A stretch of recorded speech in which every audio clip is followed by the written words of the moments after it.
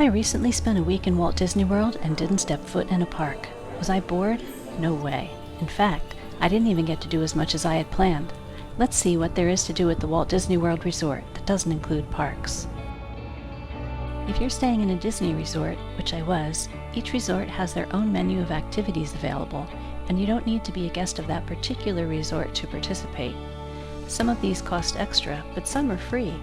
For example, there is a free Skyliner scavenger hunt that spans all the resorts serviced by the Skyliner: Caribbean Beach, Riviera, Pop Century, Art of Animation, as well as the Yacht and Beach Club and Boardwalk resorts.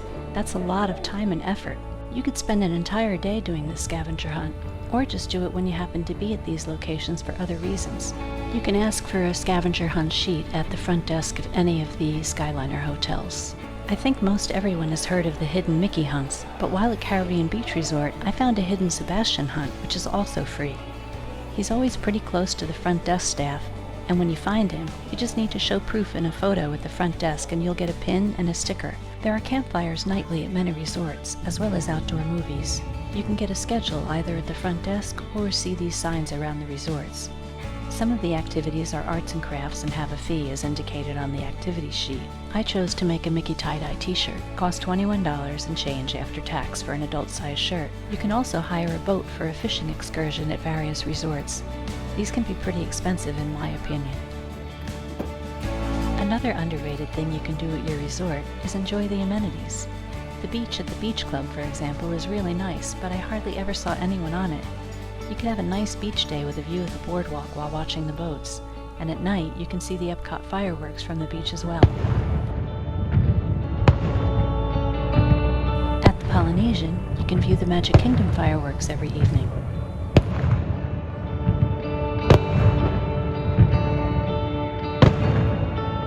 While boats are a form of transportation at Walt Disney World, just getting on a boat and taking a ride is an overlooked option. We took a beautiful, relaxing boat ride over at Port Orleans Resort. It took us to Disney Springs and back, through quiet waterways surrounded by lush vegetation. We even got a glimpse of the tree houses in Saratoga Springs. It was so nice, especially on a hot day, to sit on the shaded boat while enjoying the breeze and the views. We could have disembarked at Disney Springs, but we were making a round trip to Port Orleans for another non-park activity, a bike ride. Bike rentals are pretty cheap for Disney, just $9 for an hour or $20 for the whole day, keeping in mind that a whole day is actually around 10 a.m. to 5 p.m., the bike rental hours. We had an easy, unchallenging ride all around Port Orleans, Riverside, and French Quarter. Other resorts that have bike rentals are Old Key West, Saratoga Springs, and Fort Wilderness. Fort Wilderness is another resort with plenty to do. You can visit the stables to see the horses, and even go horseback riding for a fee. The reason I went to Fort Wilderness was for an archery lesson. This has an extra cost and has to be booked at least a day in advance online, although you can always ask at the resort on the same day if there are any openings. I'm not good at booking in advance, so I kept checking to see if there was availability, and there always was, so I don't think this is something you need to worry about filling up. It was $52 and change per person after tax for an hour and 15-minute lesson.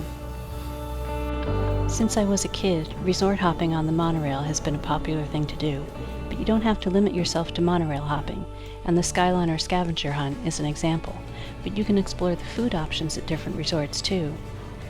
I explored food options at other resorts, like the French toast strata from Saratoga Springs, the hazelnut chocolate bombolino at Riviera, the giant chocolate-dipped Mickey cookie and cheesecake brownie from the Boardwalk, and a pulled pork sandwich and po' boy at Port Orleans.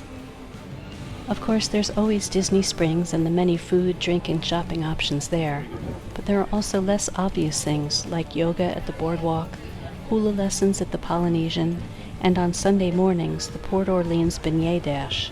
The main reason I didn't manage to do a lot of the available activities was because I was staying at the Beach Club, and the best attraction of all at Walt Disney World, in my opinion, is Stormalong Bay, the pool that serves guests of Yacht and Beach Club resorts. I wasn't there specifically to make a YouTube video, and my priorities shifted from doing everything I could to doing nothing more than enjoying this amazing pool. There is still so many more non-park things to do that I haven't even mentioned in this video. This is just a travel vlog of what I did on my trip. What non-park activities do you like to do at Walt Disney World? And what do you think I should do next time? Thanks so much for watching, and take care.